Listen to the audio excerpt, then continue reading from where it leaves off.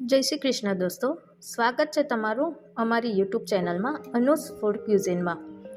આજે આપણે બનાવીશું ફરસાણની દુકાનમાં મળે તેવી ખાંડવી, અને તે પણ ઝડપથી તૈયાર થઈ જાય તેવી રીતે કુકરમાં માત્ર 10 જ મિનિટમાં। ટ્રેડિશનલ રીતે આપણે ખાંડવી બનાવીએ તો તેને સતત હલાવતા રહેવું પડે છે અને ટાઈમ પણ વધારે લાગે છે। તો આજે આપણે ઝડપથી બને તેવી કુકરમાં ખાંડવી બનાવવાની રેસીપી જોઈશું। રેસીપી બનાવવા માટે આપણને જરૂર પડશે 1 વાટકી બેસન, 1 વાટકી ખાટું દહીં અને 2 વાટકી પાણી, અને વઘાર માટે આપણને જોઈશે તેલ, રાઈ, તલ, મરચાં અને મીઠો લીમડો। તો ચાલો આપણે શરૂ કરીએ રેસીપી। મેં અહીંયા 1 વાટકી બેસન લીધું છે અને આપણે બેસનને ચાળીને જ યુઝ કરવાનું છે। બેસનને ચાળીને જ યુઝ કરવાથી તેમાં જે ગાંઠો હોય તે રહેતી નથી અને તેના લમ્સ નીકળી જાય છે। ત્યારબાદ તેમાં 1 વાટકી ખાટું દહીં ઉમેરીશું અને તેમાં 1 ચપટી હળદર સારા કલર માટે એડ કરીશું અને હિંગ એડ કરીશું। હિંગને એડ કરવાથી ખાંડવીનો ટેસ્ટ સારો આવે છે અને બેસન પચવામાં સરળ રહે છે। ત્યારબાદ તેમાં સ્વાદ મુજબ હું અહીં મીઠું એડ કરું છું અને તેને આ બેટરને ગાંઠો ના રહે તેવી રીતે મિક્સ કરી લેવાનું છે।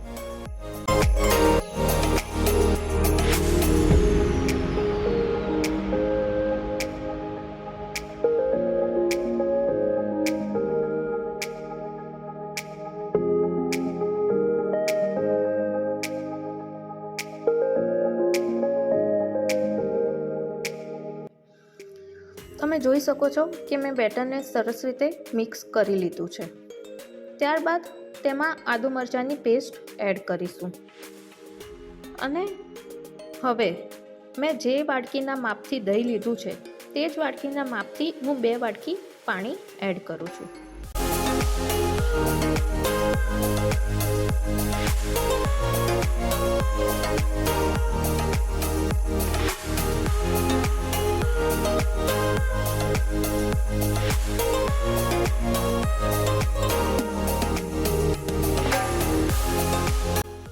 હવે તૈયાર થયેલા આ બેટરને આપણે ચાળણીની મદદથી ગાળી લેવાનું છે, જેથી લમ્સ હોય તો તે પણ નીકળી જાય। હવે ખાંડવીના આ બેટરને હું એક સ્ટીલની તપેલીમાં ટ્રાન્સફર કરું છું અને ખાંડવી બનાવવા માટે મેં અહીં એક કુકર લીધું છે। તેમાં તમે સ્ટેન્ડ અથવા સ્ટેન્ડ ના હોય તો વાડકી પણ નીચે મૂકી શકો છો અને તેમાં 1.5 ગ્લાસ જેટલું પાણી ઉમેરી દેવાનું છે। હવે તપેલીને હળવેકથી કુકરમાં ગોઠવી દઈશું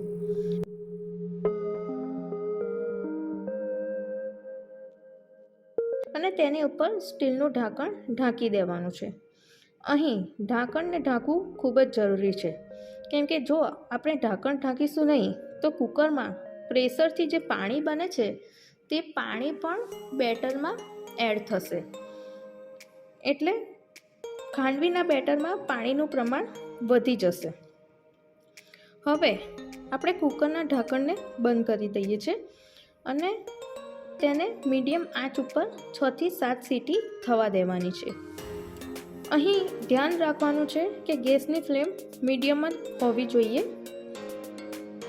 હવે મેં અહીં 6 થી 7 સીટી થવા દીધી છે અને હવે કુકર ઠંડુ થઈ ગયું છે। તેને ખોલીને આપણે જોઈ લઈશું। અહીં ધ્યાન રાખવાનું છે કે ઢાંકણ ઉપરનું પાણી તપેલીમાં ના પડે તે રીતે હળવેકથી તપેલીને બહાર કાઢવાની છે। હવે આ તૈયાર થયેલા બેટરને સરસ રીતે આપણે વિસ્કરની મદદથી કે ચમચીની મદદથી હલાવી લઈશું। લગભગ 5 મિનિટ જેવું થાય છે આ બેટરને મિક્સ કરતા।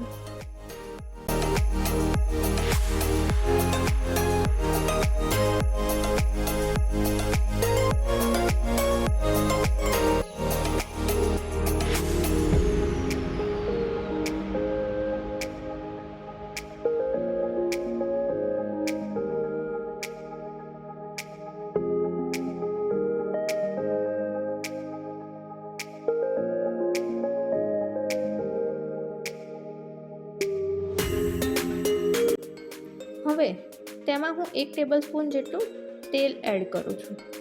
તેલને ઉમેરવાથી ખાંડવી ઉપર સરસ એવી શાઇન આવે છે. જો તમે આ પ્રોસેસ સ્કીપ કરવી હોય તો કરી શકો છો.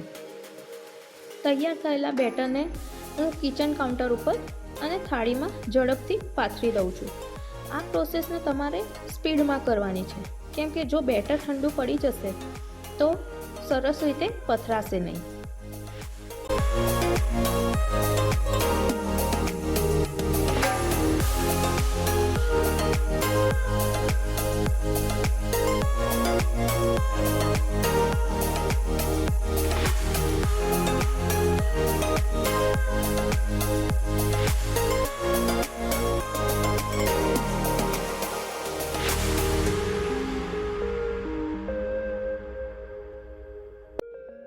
હવે આ પાથરેલા બેટરને 10 મિનિટ સુધી ઠંડુ થવા દેવાનું છે અને પછી જ તેમાં જરૂર મુજબ નાઈફની મદદથી કાપા પાડવાના છે.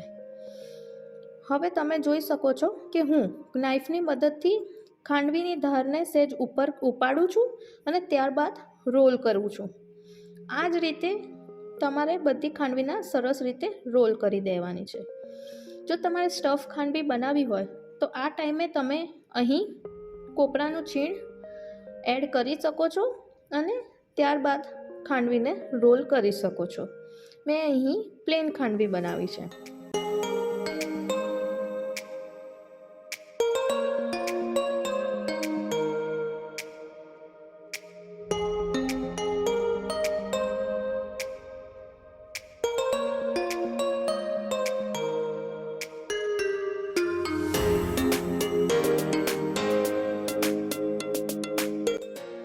કિચન કાઉન્ટર પર પણ સેમ રીતે સેમ પ્રોસેસથી હું ખાંડવીના રોલ કરી લઉં છું.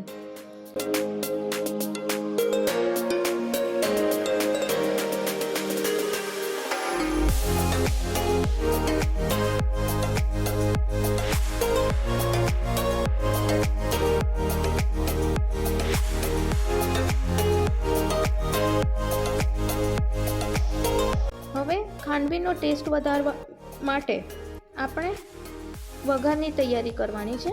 તેના માટે હું 1 ટેબલસ્પૂન તેલ ગરમ કરું છું. હવે તેલ ગરમ થઈ ગયું છે. તેમાં હું 1 ચમચી રાઈ એડ કરીશ અને તેમાં 1 ચમચી તલ એડ કરીશ. ત્યારબાદ લીલા મરચાં અને કઢી પત્તા એડ કરવાના છે. હવે આ તૈયાર થયેલા વઘારને આપણે ખાંડવી ઉપર રેડી દઈશું. તો તૈયાર છે ફરસાણની દુકાનમાં મળે તેવી સરસ મજાની ખાંડવી, તે પણ ફક્ત 10 જ મિનિટમાં કોઈ પણ હલાવવાની ઝંઝટ વિના અને ફટાફટ કુકરમાં બની જાય તેવી. જો તમને મારી રેસીપી ગમતી હોય તો આ ચેનલને લાઈક કરજો, શેર કરજો, સબસ્ક્રાઈબ કરજો અને તમારા ફ્રેન્ડ સર્કલ સુધી જરૂર શેર કરજો. જય શ્રી કૃષ્ણ દોસ્તો.